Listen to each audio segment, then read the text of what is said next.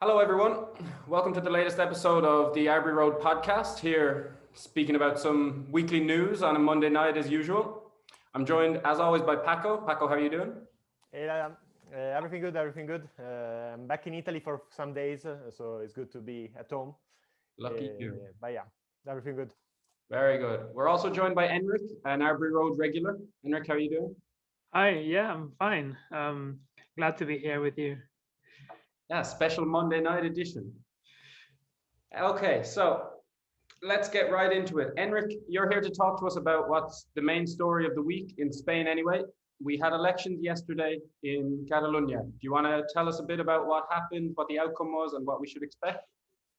Yeah, so I mean, one of the main reasons to talk about Catalonia and their elections is that they're not just any other regional election. They do have a special meaning, I'd say, not just for Spanish politics, but European politics. So I think that's why it's worth, spending some time on it. I mean, the first thing, obviously, to comment is that the pandemic did have a big effect on the turnout, and we saw a drop of over 20 percentage points compared to 2017 election. It was only just over 50% of the voters that actually went to vote. So that's already something that could have altered the results compared to other elections. We don't know the extent of that yet, but that's something different. And then in terms of the results themselves, I think it was a great night for PSOE, so the Spanish Social Democrats. Their candidate was the former health minister who actually dealt with the whole pandemic, and he actually won the elections, both in votes and seats. So that was a great result for them.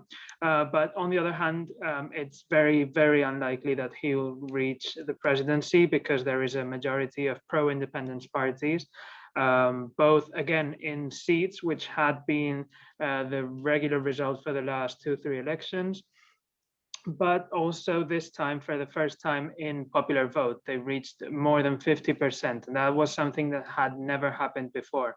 We're not sure whether the result of the low turnout had this impact, but it's looking like pro-independence voters were more loyal and were more mobilized to actually go and vote. The other main thing was that the right-wing party that had dominated the pro-independence movement now came second within the pro-independence bloc. And so it's looking now like the left-wing Esquerra Republicana will get to govern. We're not sure whether with a coalition with the right-wing party, which had been the previous government, or they'll be trying to explore a different government alternative. And then the other maybe biggest and sad news is that the far right actually entered the parliament, and not just entered, but they came fourth out of 8 parties, which actually gained seats in parliament. And they had 11 seats, which is a fantastic result for them. And not just that, but they became the largest pro-union right-wing party out of the 3 that were running, and they beat traditional, Partido Popular, which is the center-right Spanish traditional party, and they almost doubled them in votes. So that was also a big surprise.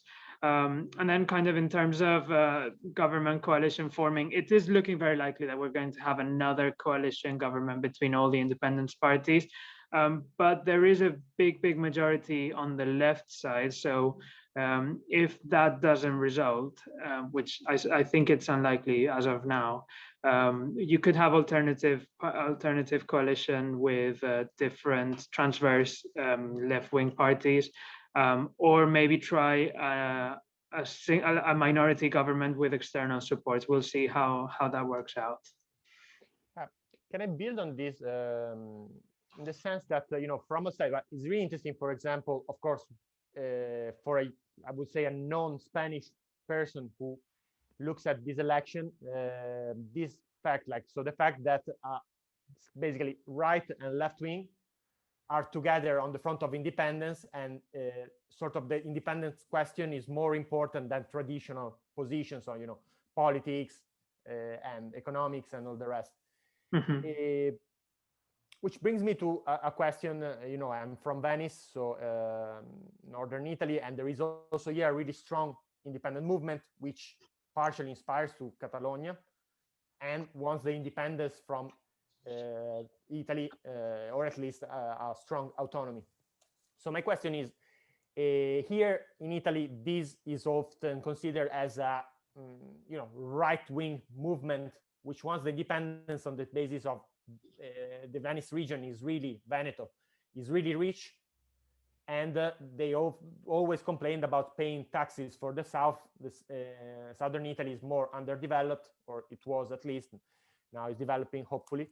And there was, so the sensation is that it's a rich region which wants, for sort of egoistical reasons, to be even richer, the independence, but without considering that actually they are rich because they are part of a system, which is Italy in this case, and then the European Union as well. So I was wondering, from outside, I always wonder, like, is Catalonia a similar question? Of course, there seems to be more of a national identity, actually, of a Catalan identity. But to what extent, in your opinion, is an economic question, and to what extent is a cultural and legit question of self-determination? Mm-hmm.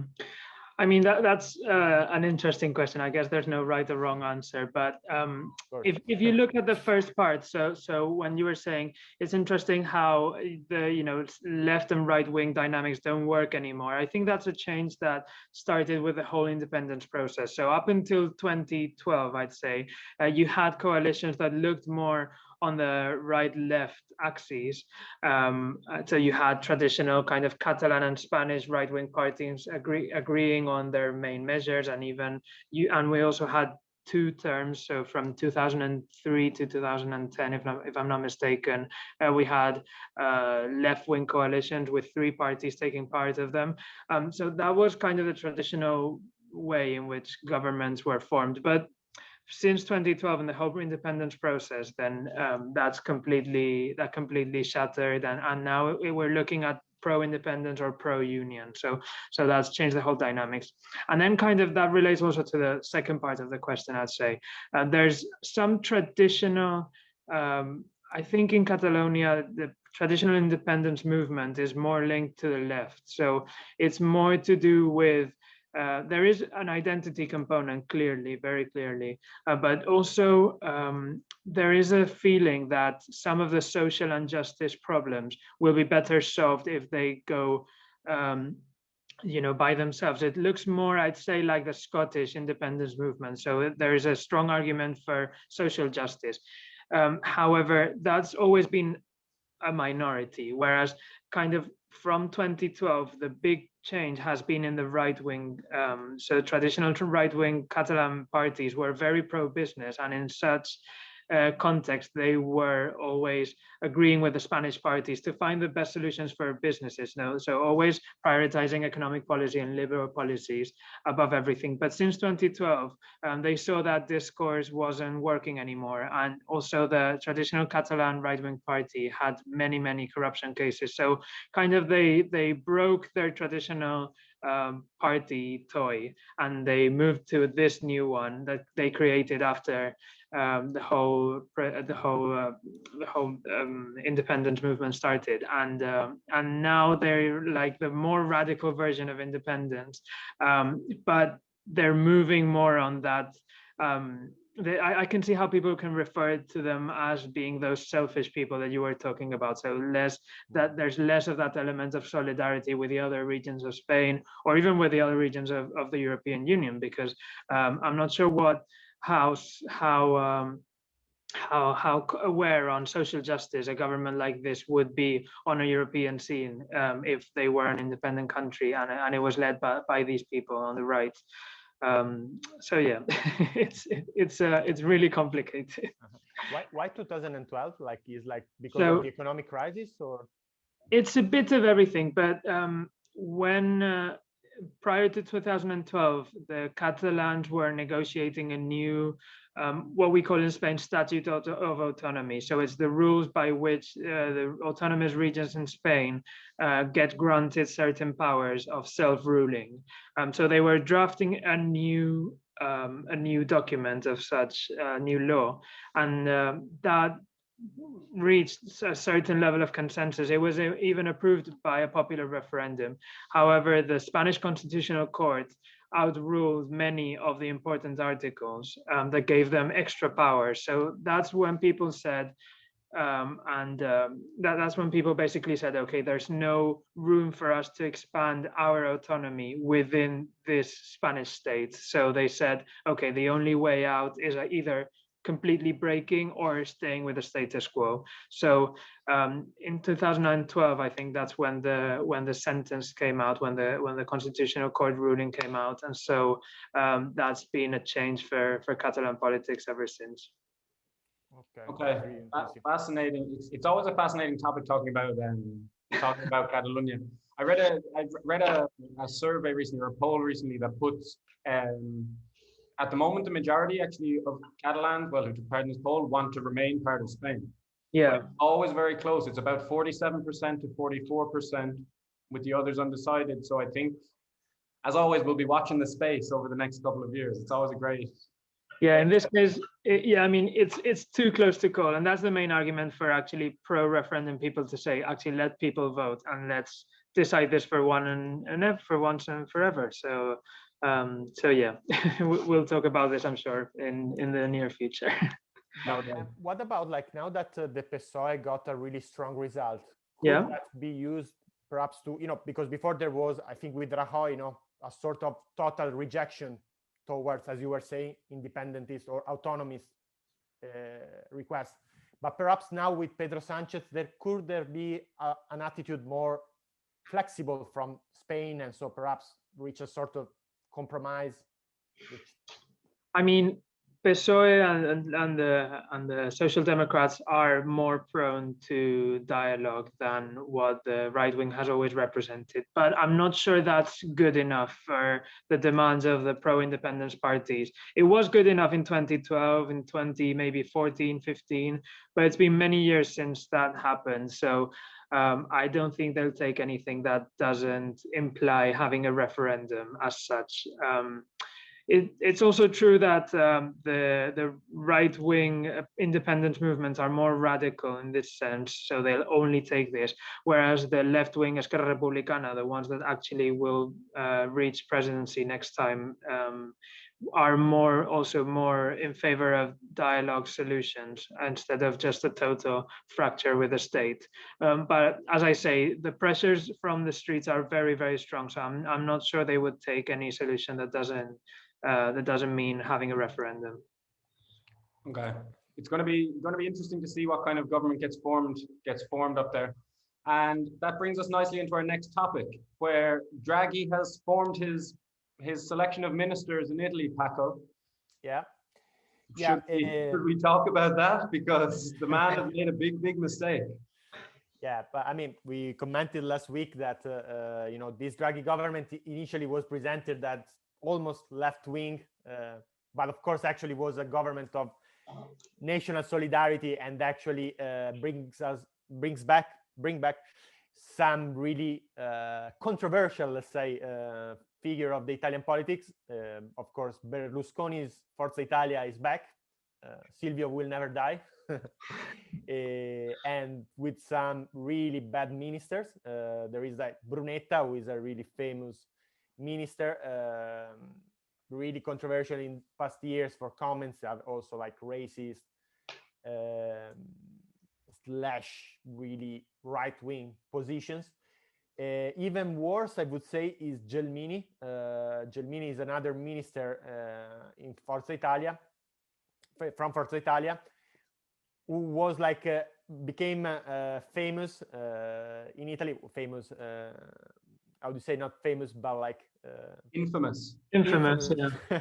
Exactly, because she basically during the 2000s, I think, I don't remember the exact year, but she promoted this reform of the Italian education system, which was terrible. Basically, it was a giant cut of resources, and resulted, Italy is like one of the last countries in Europe for number of graduates from universities, and she basically gave a really big cut to the education basically to the education system, and Italy is still suffering from this now. There were some reforms in the other sense, but it's still, I would say, we need more investment in instruction. And then, of course, there are some far right minister from Lega Nord, so like also that like is really worrying. The other even worse bit from a certain point of view, I'm not sure if it's worse, but like both are bad, is like of the 16 or 15, 16, I think, minister who were elected, only 8 were women, a bit less, sorry, probably was 25, but it doesn't matter. But the point here is really not about only how many were women, is about most of the women were in ministries. How do you define that? Like, it's like without wallet, we say. It's a weird. No, like no portfolio. No portfolio, exactly. So basically, a little bit secondary position, not like the main position. But even worse, like apart from two which have a really technical role, so they don't have a political position. All the rest, all the portfolio ministers were occupied by men. And even worse, the Democratic Party, which is like, the center-left party, which in the past 20 years, let's say, spoke about gender equality all the time. Of the ministries they got, no one was given to a woman. And indeed, it caused a really big protest within the Democratic Party from the women of the Democratic Party, who complained, of course, of, we are talking about gender equality, but yeah, we talk about gender equality till it's time to give the ministries. Then it's like, the usual white men occupying the places. So yeah, no, not the best start. Are these signals of Draghi as a leader, do you think? Or are these, I mean, how do you justify the lack of women from any of the important ministries? Yeah, I mean, I'm not sure how much, in these cases when the president formed the government, especially in a government like this, which is basically a government which has all the parties in it.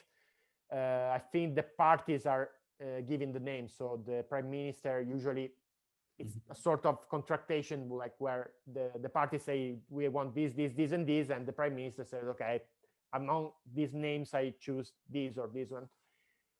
I don't know, but Draghi for sure, it's like, is not really a young man. He's a white man who, like, for sure, as much as it is like, perhaps not, as we said, the most neoliberal economist, he has opposition of openness, but he's still like an old white man who, was involved in the traditional European Union, like in the administration of the European Union, and partially the European Union, how it is now, is his creation as well. So for sure, I mean, I wouldn't expect Draghi. I'm not sure what was the weight he had in this particular choice, but I'm not sure I would expect him to push for gender equality, let's say, like is a traditional economist, a traditional politician. So in a way, center, it will give continuity at the European level. Now, this connects to the more general question. I would say for Italy, yeah, definitely there is a problem of gender equality in politics, not only on the right, also on the left. This brings me back a little bit an argument which is controversial, which is Silvio Berlusconi. But when he had like all these women into politics, he actually put a lot of women in positions. Mara Carfagna, who is currently leader of Forza Italia, was among them. And these were all discutable profiles. Like, people complained a lot about them coming from, the world of show business, basically.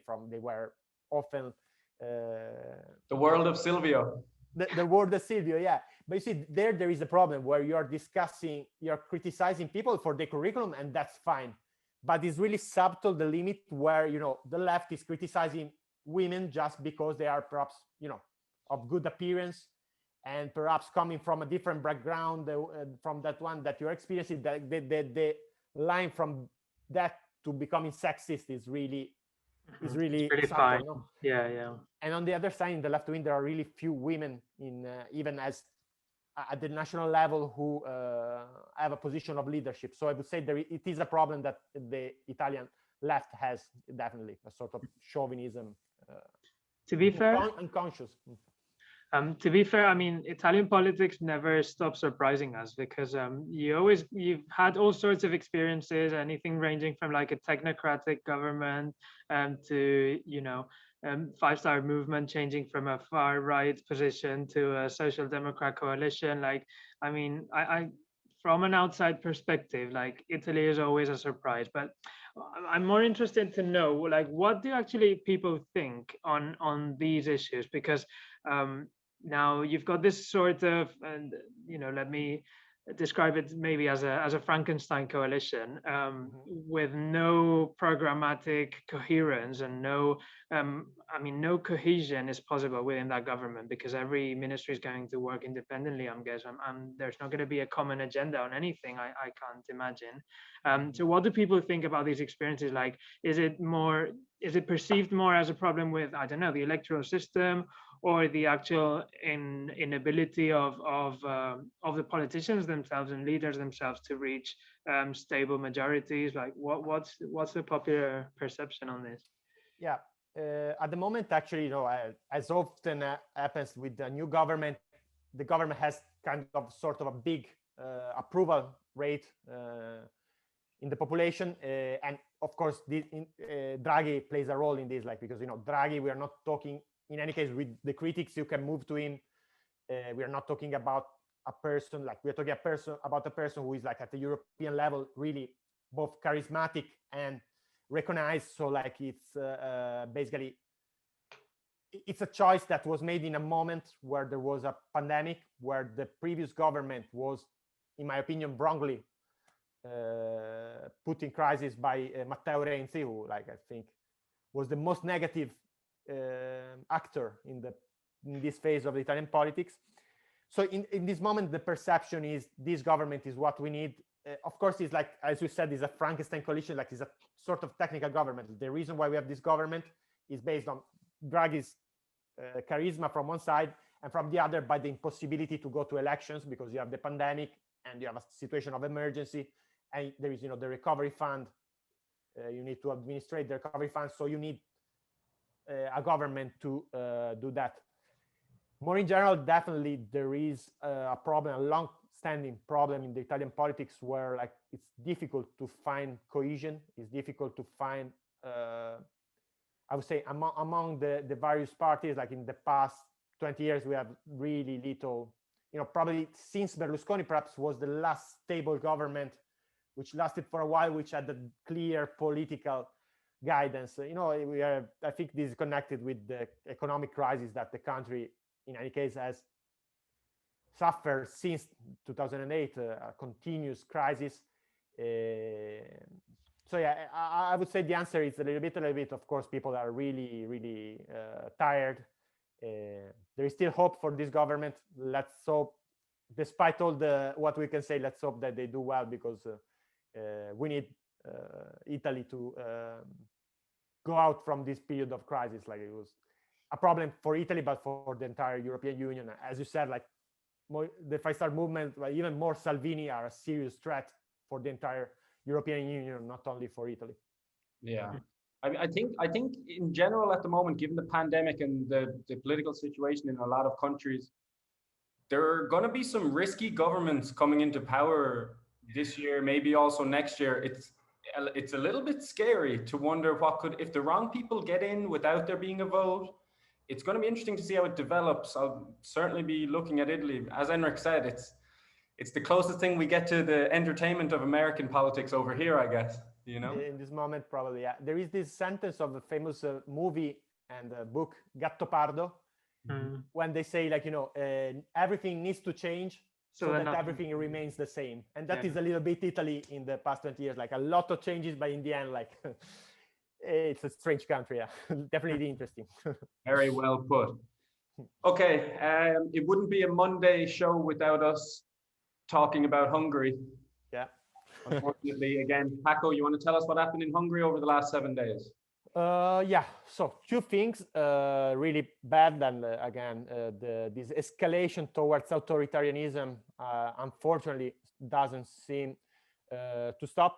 One is that the last independent radio, which is called Club Radio, basically, was basically not closed, but was forced to go online because like the funding was not renovated, basically by a consortium which was connected with the government, so under the control of Orban, basically, the political influence at least. And this was the last independent radio basically in Hungary. So finding sort of independent information is becoming more and more difficult. And this is really worrying also in connection to Poland is in a similar situation now with all the abortion. We keep on, these two countries keep on being really worrying. The other thing is that a new law was passed for trade unions, which limits the power, strongly the power of trade unions. This follows a previous law in 2018, which was defined as slavery at the European level, where like the rights of the workers were really reduced, and actually companies could wait like to pay the workers for up to 4 years, something really crazy in certain conditions. Now, the trade union system is the basis of the democratic system for how it developed after World War II. So I would say like this is really worrying, and of course goes against everything that is the European Union, and bring up the question of how the European Union can find a solution to this problem that doesn't seem to be able to limit this escalation towards authoritarianism. We must be getting close in the EU to the point of introducing some sort of extraordinary mechanism to deal with what's happening in Hungary, because the place is not democratic at all anymore. It's essentially knocked down every pillar that has anything to do with democracy in the country. I mean, do we think are the EU just going to stand by and keep getting vetoed by Hungary and Poland without doing anything? Enric, what do you think about what's happening in Hungary these days? I mean, I do think that the European Union should enforce certain measures. I mean, in the same way that during the whole austerity period and after the financial crisis, they enforced so many economic measures on Greece and the other Mediterranean countries. I think when we're talking about basic fundamental rights, and that's exactly what we're talking here, the European Union should enforce their measures. And I do believe that the current treaties have enough mechanisms for that to happen. So, you've got the Greens and the left-wing parties in European Parliament claiming the Commission to actually do something about it. And I do think that's something that needs to come from European institutions when there is such an a national emergency in this case. And then from an internal point of view, I've seen conversations. I'm not sure whether it was, I think it was Poland, but it could have been Hungary too, of forming, big tent coalitions of different parties, which would traditionally confront in normal elections, but just specific platforms set up to get rid of these leaders, basically, because this is a national emergency. And I would see justified, big, broad coalitions that had that sole purpose in order to bring kind of democratic normality back into place. Because I do believe this is like a matter of national emergency or European emergency, rather. Yeah, I mean, pandemic aside, it's the biggest issue we're facing in Europe, and it's not new. It's been like this for well over 12 months at this point. How Orban and Fidesz are still part of the European People's Party in the parliament, I don't even know. There's no one, people are afraid of them, it seems, and I don't know. Their influence is running too deep, but something definitely has to be done as soon as possible, as you say. Yeah, and it's crazy. So if I can jump in, like on what Enric was saying, like the fact that with austerity, there was a tremendous pressure when there was austerity towards certain countries, Mediterranean countries, Ireland as well for a period, for an economic question.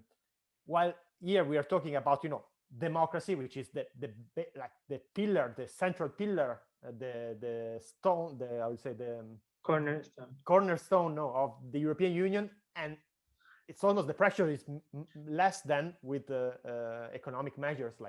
So it's like, I don't know, but to me, the old question, like if the European Union is not capable to give a proper answer to this question, was is at risk the entire European Union, because what are we? Are we an economic union? Are we just, you know, here to make some economic choices, or are we something more, something which talks about democracy and about a vision which goes, you know, further, which doesn't limit only to economic choices, but like to fundamental values.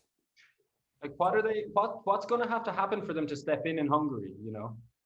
Because if it keeps going the way it's going, in 12 months' time, I don't know, he could be rounding up people he doesn't like, could be rounding up groups they don't like. You know, there are bad guys leading countries out there, and he's definitely one of them. I think it's time to, you know, recognize that this is a real and serious threat to people's lives in that country, you know, and their livelihoods as well, of course.